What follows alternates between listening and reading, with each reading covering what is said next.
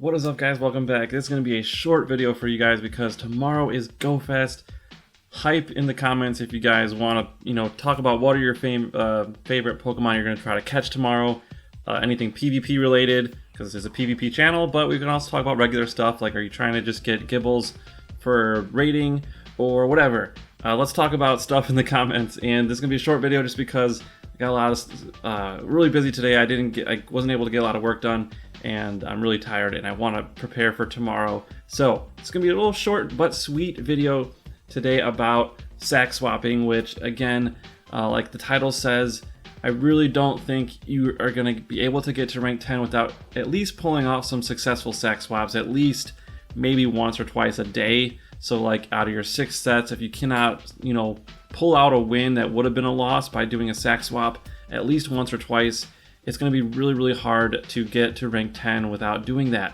And I think one of my biggest problems was I kept changing teams, which is another thing, because it didn't allow me enough time to get the hang of one team and to really learn like specific matchups. And I know it's kind of a catch-22 as a content creator. I have to, switch teams a lot to kind of make the content interesting, but then it allows me to not be that good with them. So I will be shoutcasting more battles in the future. So if you guys want to hit me up on Twitter, if you have a really, really good set with some really crazy plays in it or something, just let me know, and I'll get a Google form up as soon as possible to make it easier for you guys to submit stuff. But yeah, we'll be doing some shoutcasting in the future so that I can bring you guys some fresh content. So anyways, let's get into the battle. We're going to talk about some sack swapping. So we're going up against B-Boy Bry 1. So if he's a breakdancer, that's awesome. I tried to learn that at one point, but I was so garbage that I just kind of gave up. But anyways, we lead into a Galarian Stunfisk. This is a Pokemon I ran into so many times today, but surprisingly I was able to still win a good handful of matches. I did finish positive today for a change. But yeah, so in Galarian Stunfisk, note how much damage a Rock Slide does. It doesn't do like a whole lot of damage for it being super effective. So you are able to safely tank one, and then you can do a Leaf Blade if you want and swap out, or you can swap out right away. I haven't played with it too much yet to really know like the best strategy, but yeah, did get a tip from a friend that land a Leaf Blade, then you can switch out. But yeah, so we go into it with the Sableye. This is a best buddied Sableye, so it is like the highest CP you can possibly get. I love this little guy, but unfortunately I don't have a return Sableye, which is what I really want to try to use. But yeah, so we're up against the Meganium. Foul Play does a really very nice chunk of damage, and so that's the move I prefer to use against a Meganium.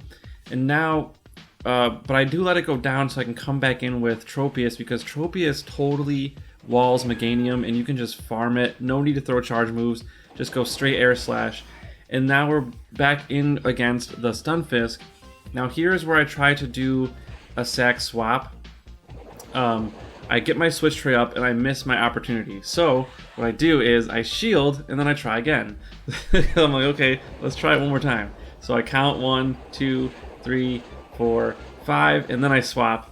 Because it does take 5 mud shots to get to that Rock Slide, and I was able to successfully pull the sack swap. So my Stunfisk tanked a Rock Slide like no problem. I did no damage. The other Stunfisk wasted a bunch of energy, and now when I do come back in that matchup with my Tropius, I'll be able to do more damage because I don't have to worry about as many Rock Slides coming at me. So I go for the Earthquake, and they do burn their last shield. And so we're going to take a Hydro Pump, so that's going to knock us out. But now I have a Leaf Blade already charged, so I'm going to go Leaf Blade. And this will do super effective damage, obviously. So it does about 40 to 45% damage. And so I am going to need to shield this Ice Beam so that I can get one more off. And so what I do here also is I farm a little bit more energy because it just threw an Ice Beam, and it usually takes like 5 bubbles to get to an Ice Beam.